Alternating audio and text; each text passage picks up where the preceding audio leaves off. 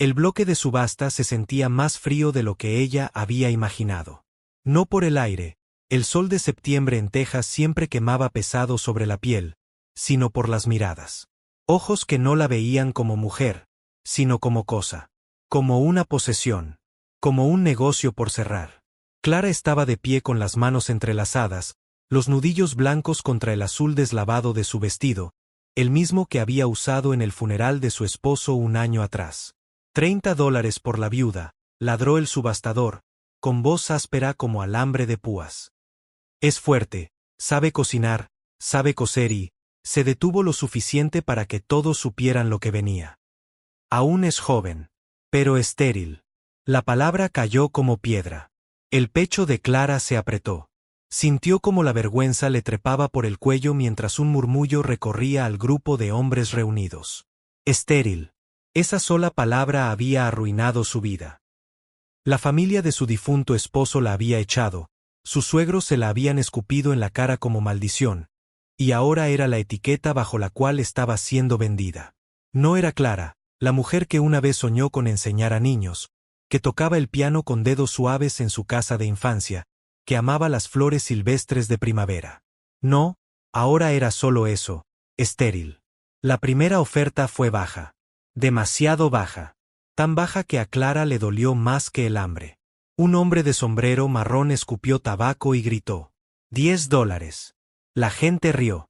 Otro levantó la mano hasta 15, con una sonrisa aceitosa y repugnante.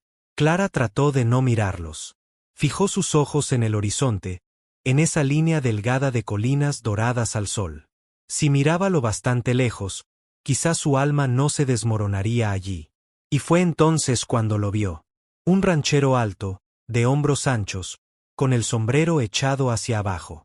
No joven, su rostro tenía surcos hondos, marcados por años de trabajo y pérdidas, pero sus ojos. Sus ojos no eran como los de los demás. Donde la multitud veía a alguien roto, su mirada sostenía otra cosa. Algo firme. Algo sereno. Él no levantó la mano. No gritó ningún número. Solo estaba ahí, cerca de la orilla de la multitud, con una bebé acurrucada en el hueco de su brazo. La niña tenía el cabello claro como el maíz tierno, las mejillas redondas y encendidas por el calor. Mordisqueaba un trapo pequeño, inquieta. El corazón de Clara dio un vuelco. Hacía años que no cargaba a un niño, no desde el parto sin vida que la condenó al título de inútil. Y sin embargo, en ese instante, viendo a la pequeña moverse contra el pecho de su padre, sus brazos dolieron de ganas de abrazarla. Las ofertas subieron lentamente, 20, 25, 27. La voz del subastador sonaba impaciente. Entonces, clara y firme, la voz del ranchero atravesó el aire. 50. El silencio cayó de golpe. Todos voltearon. Nadie esperaba una cifra tan alta por una viuda incapaz de dar hijos. El subastador parpadeó, sorprendido, luego golpeó con la mano la tarima. ¡Vendida! Las rodillas de Clara casi cedieron. Su vida acababa de ser cambiada de manos otra vez, y ni siquiera sabía el nombre de aquel hombre. Cuando la multitud se dispersó, ella esperó, temblando. El ranchero se acercó despacio, aún con la niña acomodada fácilmente en su brazo. De cerca, su presencia imponía, pero no con dureza, sino con una firmeza tranquila, como un roble que había aguantado muchas tormentas. Sus ojos, grises, serenos, imposibles de leer, se encontraron con los de ella sin vacilar. «Vendrás conmigo», dijo, la voz baja, casi suave. Y tras una pausa, añadió algo que la golpeó más fuerte que cualquier oferta. «No porque te compré, sino porque mi niña necesita a alguien. Y pienso que tal vez, tú también lo necesitas». La garganta de Clara se cerró, y por primera vez en meses, sintió que las lágrimas querían brotar. Quiso hablar, pero apenas pudo asentir con la cabeza. El ranchero inclinó un poco el sombrero. «Me llamo Jacob. Ella es Mary». Bajó la mirada hacia la niña, que ahora fijaba unos ojos curiosos en Clara. «Si quieres, puedes quedarte. Si no», su mandíbula se tensó, «también saldrás de aquí con los 50 en tu bolsillo. Yo no soy de los que encierran almas». Clara perpetuo incredula. ¿Libertad? ¿Elección? En un bloque de subasta, esas palabras no existían. Y sin embargo ahí estaban, saliendo de la boca de un hombre que la veía no con desprecio, sino con algo que no había sentido en tanto tiempo: respeto. Por primera vez, Clara lo miró de verdad. Su camisa estaba manchada de polvo, las mangas arremangadas, la vida de rancho marcada en cada arruga de su piel. Pero en el modo en que sostenía a su hija, con tanta ternura, como si fuera el tesoro más frágil del mundo, ahí había algo distinto. Y en ese instante, de pie sobre la tierra de su hora más baja, Clara entendió que tal vez, solo tal vez, su historia aún no había terminado. El viaje hacia el rancho fue silencioso al principio. Jacob guiaba el carro con las riendas firmes, la vista puesta en el camino polvoriento que se extendía entre colinas y praderas. Clara iba sentada al otro lado, con la pequeña Mary en brazos. Al principio, dudó en tomarla, pero la niña había estirado los bracitos hacia ella, como si la reconociera desde siempre. El calor del cuerpecito en su pecho le provocaba una mezcla de consuelo y dolor. Era una caricia y una herida al mismo tiempo. Mary se aferraba a su vestido, sus dedos diminutos arrugando la tela como si no quisiera soltarla. Clara cerró los ojos, permitiéndose por un instante imaginar que ese niño podía ser suyo. Jacob la observó de reojo, sin decir nada.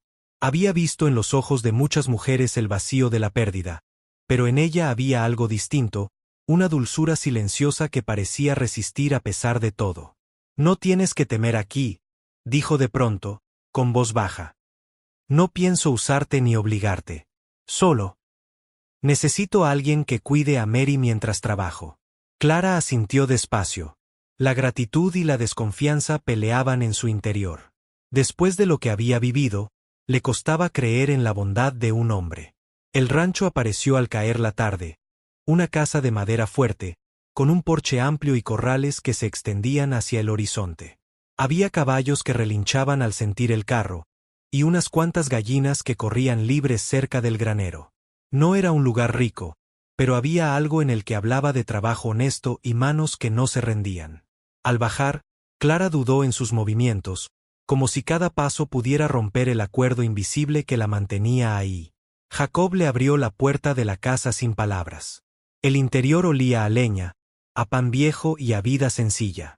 Había juguetes de madera sobre una mesa pequeña y una manta tejida a mano sobre el sillón. «Es tu casa ahora, si decides quedarte», dijo Jacob, colocando su sombrero en un perchero gastado. Clara tragó saliva. No estaba acostumbrada a que alguien le ofreciera un lugar como si de verdad lo mereciera.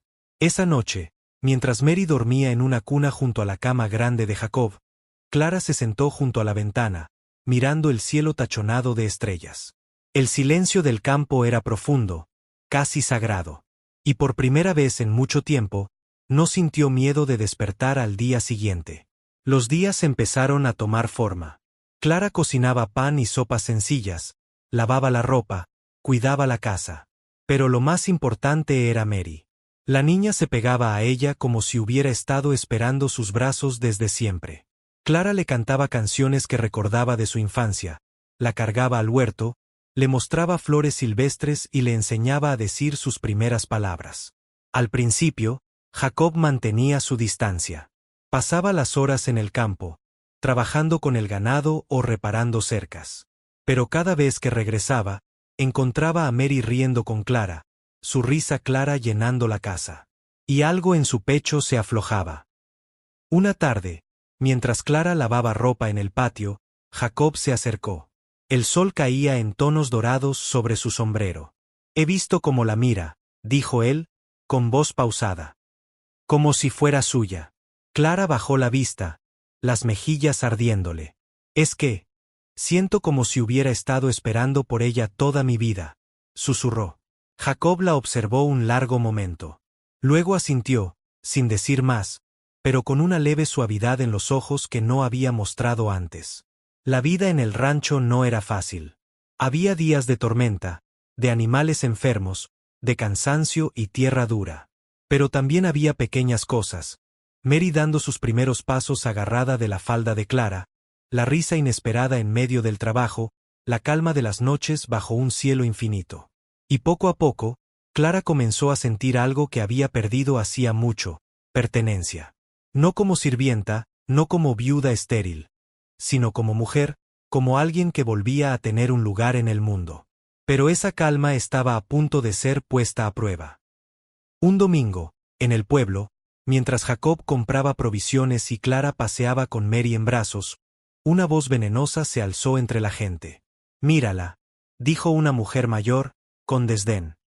«La compraron porque no sirve para dar hijos, y ahora se cuelga de ese ranchero como si fuera señora de algo». El comentario cayó como cuchillo. Clara sintió la sangre huirle del rostro. Miró a Jacob, esperando que la vergüenza lo alejara de ella. Pero en lugar de eso, él se volvió hacia la mujer, los ojos encendidos como acero. «Ella vale más que tu lengua ponzoñosa», dijo con voz firme, lo bastante fuerte para que todos escucharan.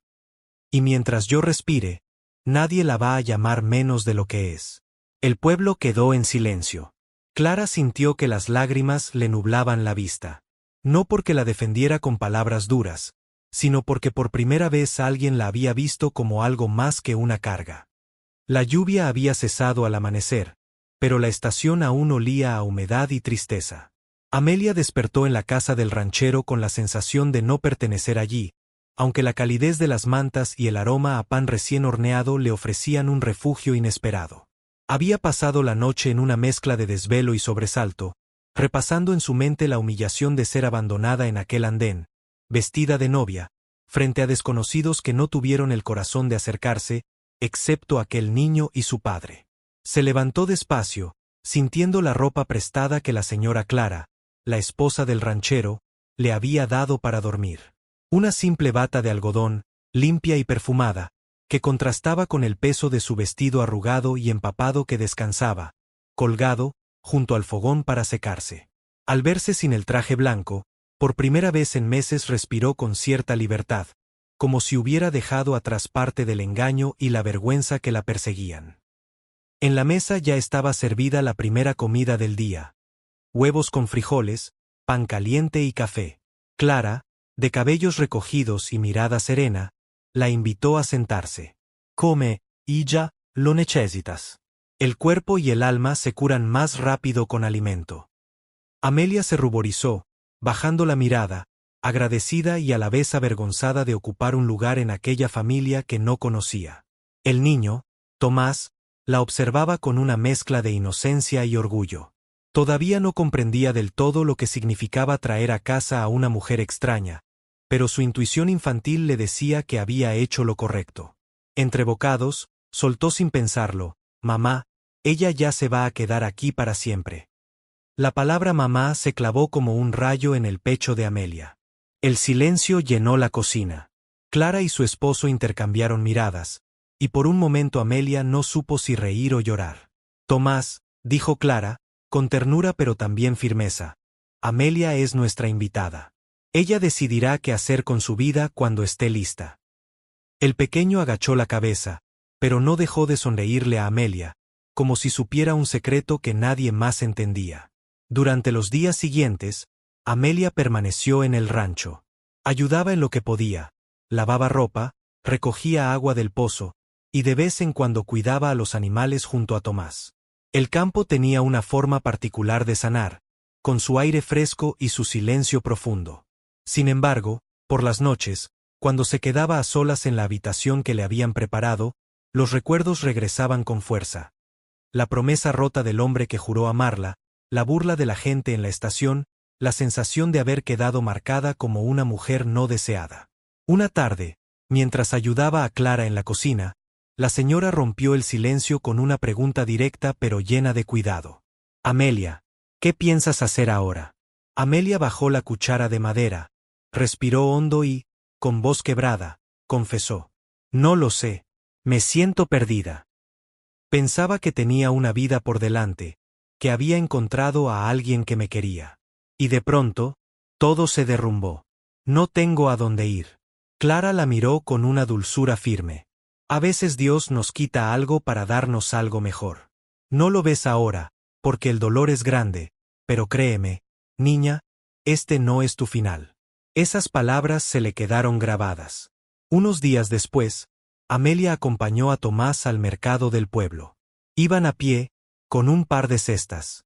El camino polvoriento y las miradas curiosas de la gente la hicieron encogerse, consciente de que muchos ya sabían su historia. La novia abandonada en la estación, murmuraban algunos. Tomás, con la inocencia y valentía de un niño, la tomó de la mano y dijo en voz alta: «Ella es mi mamá». Amelia se estremeció. Los murmullos se apagaron un instante, y aunque sabía que no era verdad, aquella simple frase la hizo sentirse protegida, incluso digna, como si el amor de un niño pudiera cubrir las heridas más profundas. En el mercado, Amelia notó algo extraño. Mientras Tomás compraba dulces con unas monedas, un hombre alto, de sombrero ladeado, la observaba con insistencia. Sus ojos oscuros transmitían algo entre reconocimiento y desprecio. Se acercó con una sonrisa torcida. «Así que tú eres la pobre muchachita que dejaron plantada», dijo, con voz cargada de burla. «Ya decía yo que era cierto. Qué triste». Amelia se quedó helada, sin saber qué responder.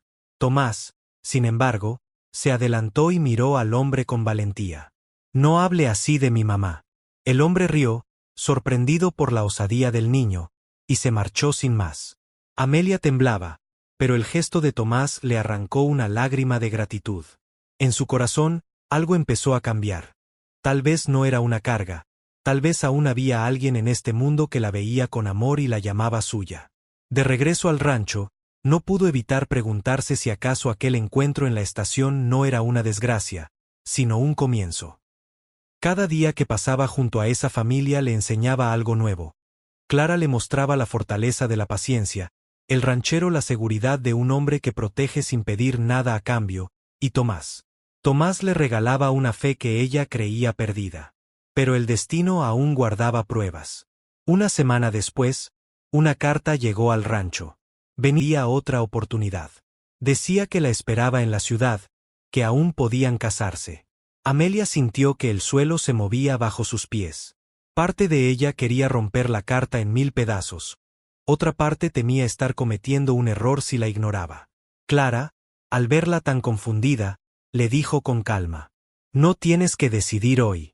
Pero recuerda esto, Amelia. El amor verdadero no te humilla, no te deja tirada en una estación bajo la lluvia». Esa noche, Amelia lloró en silencio, sosteniendo la carta contra su pecho. Por primera vez en mucho tiempo, en lugar de sentirse sola, pensó en Tomás, en su sonrisa al llamarla mamá. Y supo que su decisión, cuando llegara, no sería la misma de antes. El amanecer trajo un aire distinto, como si la vida le diera la oportunidad de reinventarse. La mañana en que Amelia recibió la carta, el rancho se sintió más pesado. El canto de los gallos y el mugido del ganado parecían sonar distantes, como si todo el paisaje esperara su decisión. Habían pasado apenas unos días desde aquel encuentro en el mercado, y el recuerdo del hombre burlándose de ella seguía vivo. Sin embargo, lo que ahora pesaba más era la voz del pasado llamándola de nuevo, disfrazada de disculpa en un papel manchado de tinta. Guardó la carta en el cajón de la mesita que Clara le había prestado y trató de seguir con las labores del día, pero la mente no le daba tregua. ¿Y si aquel hombre decía la verdad? ¿Y si todavía podía recuperar la vida que había soñado? Pero entonces recordaba la lluvia en la estación, las risas de la gente, el vacío en su pecho, y un nudo se formaba en su garganta. Mientras tanto, Tomás no dejaba de rondarla. El niño percibía más de lo que los adultos pensaban. Una tarde, mientras Amelia recogía ropa tendida, él se acercó con un gesto serio, impropio de su edad. «¿Vos odiarnos?», preguntó de golpe. Amelia dejó caer la sábana entre sus manos y lo miró, sorprendida. «¿Por qué dices eso? Escuché que llegó una carta para ti. ¿Es de él?».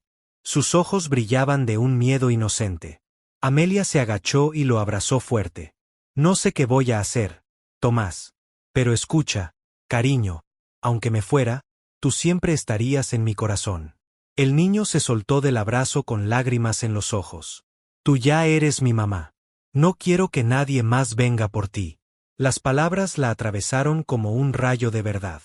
Aquella confesión pura, sin condiciones, valía más que cualquier promesa rota de un hombre que no tuvo el valor de quedarse.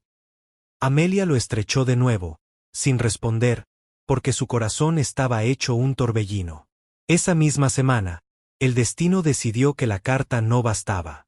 Una carreta llegó al rancho, levantando polvo en el camino. De ella bajó un hombre vestido con un traje elegante, aunque arrugado por el viaje.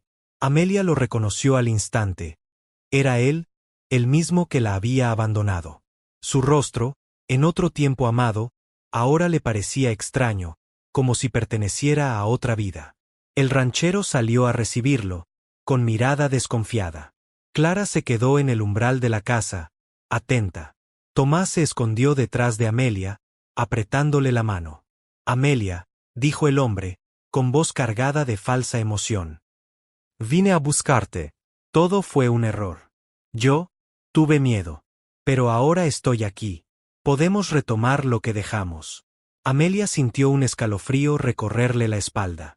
Su primer impulso fue huir, pero algo en la firmeza de las manos pequeñas de Tomás la sostuvo. ¿Tienes idea de lo que hiciste?, dijo, con una voz más fuerte de lo que esperaba. Me dejaste sola, frente a todos, como si mi vida no valiera nada. El hombre bajó la mirada un instante, pero luego intentó sonreír. Lo sé, y me arrepiento. Pero mira, todavía podemos casarnos. No tienes que quedarte aquí, en un rancho olvidado, rodeada de gente que no es tuya. Yo puedo darte más. El ranchero, hasta entonces en silencio, dio un paso al frente. Caballero, dijo con voz grave, esta mujer está bajo mi techo, y mientras esté aquí, será tratada con respeto. El hombre lo miró con desdén.